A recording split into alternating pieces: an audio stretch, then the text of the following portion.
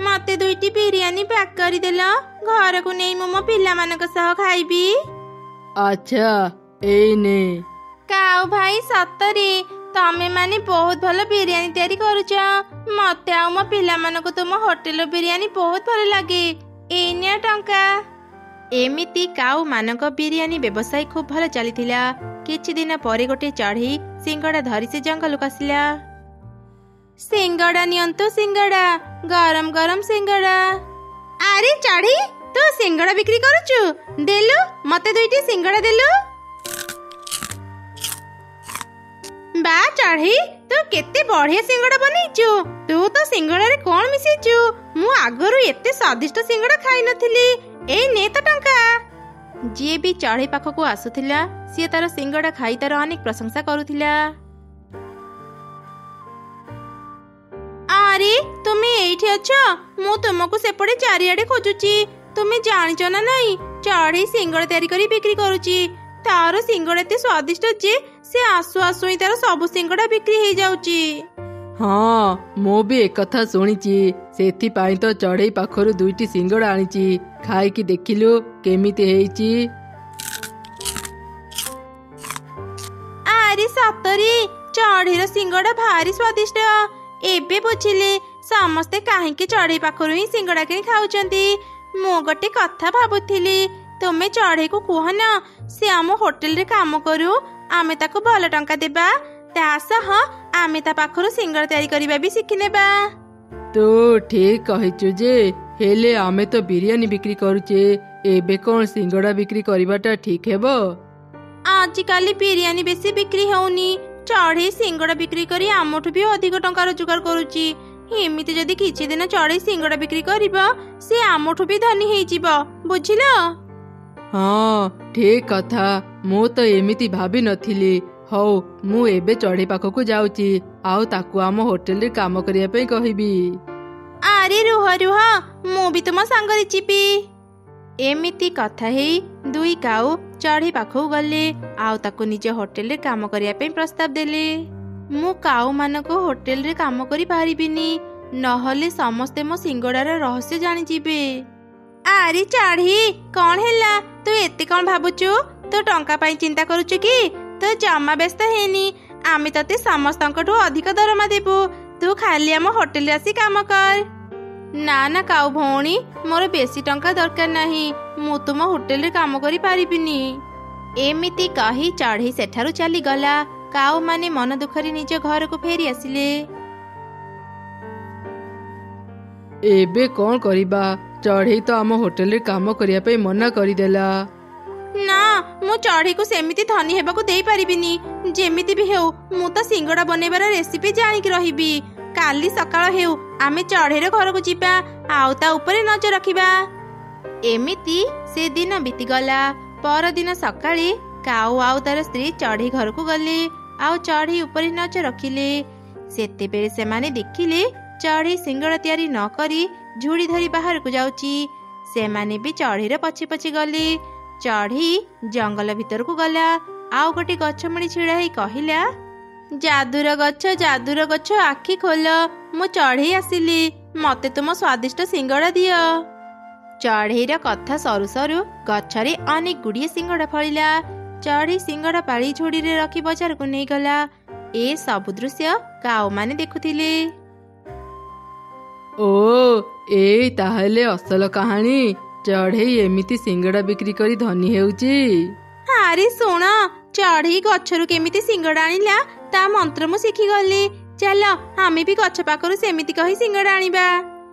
तापरे काऊ माने भी दुईटी झुड़ी धरी गछ पाखु गले आउ कहिले जादुर गछ आखि खोल मु चढ़ी आसिली मते तुम स्वादिष्ट सिंगड़ा दियो।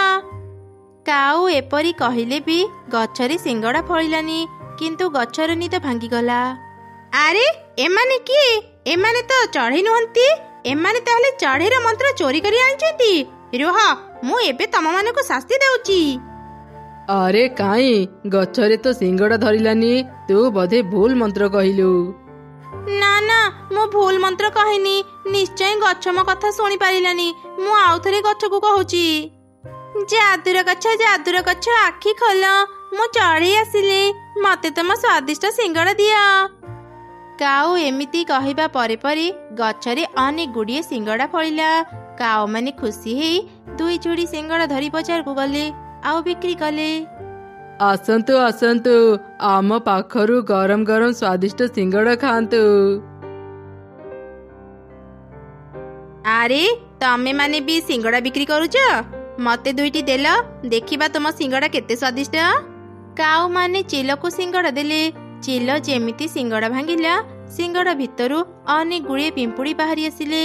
ଏମିତି ଦେଖି ଚିଲ ଅନେକ ରାଗିଗଲା। ବଦମାସ କାଉ ଦଳ, ତମେ ମାନେ ମତେ ପଚାବାସି ସିଙ୍ଗଡ଼ା ଖାଇବାକୁ ଦେଇଛ? ତମ ମାନଙ୍କର ଏତେ ସାହସ? ମୁଁ ତମ ମାନଙ୍କୁ ଛାଡ଼ିବିନି, ତମ ମାନଙ୍କୁ ଉଚିତ ଶିକ୍ଷା ଦେବି।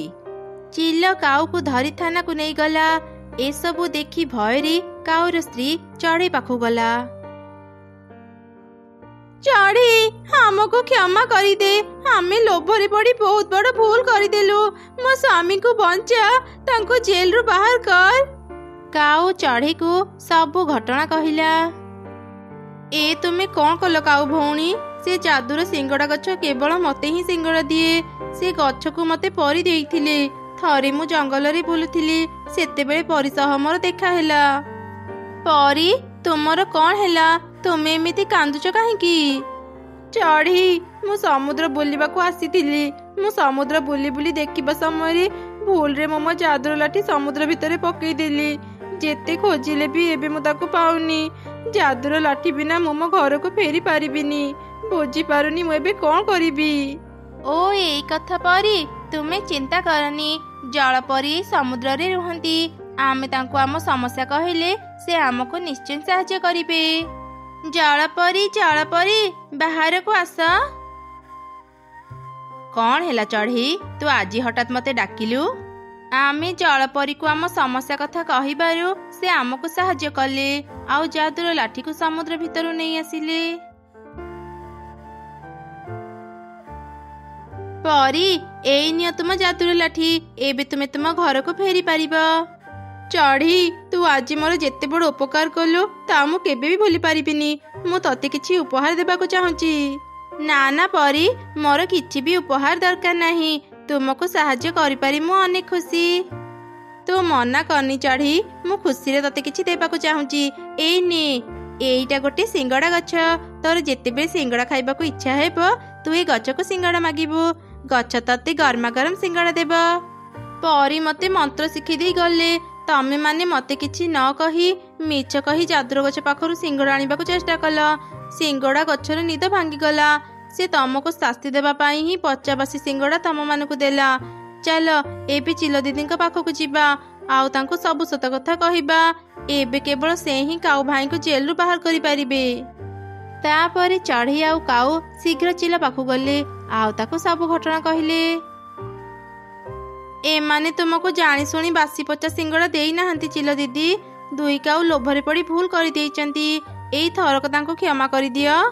ସବୁ ଘଟଣା ଜାଣି ଚିଲ କାଉମାନଙ୍କୁ କ୍ଷମା କରିଦେଲା। ସେ କାଉକୁ ଜେଲରୁ ମୁକ୍ତ କଲା। କାଉମାନେ ନିଜ ଭୁଲ ବୁଝିପାରିଲେ। ସେମାନେ ପୂର୍ବ ଭଳି ନିଜ ହୋଟେଲରେ ବିରିୟାନୀ ବିକ୍ରି କଲେ। ଚଢ଼େଇ ବି ସିଙ୍ଗଡ଼ା ଗଛ ପାଖରୁ ଯାଦୁର ସିଙ୍ଗଡ଼ା ନେଇ ଜଙ୍ଗଲରେ ବୁଲି ବୁଲି ବିକ୍ରି କରୁଥିଲା।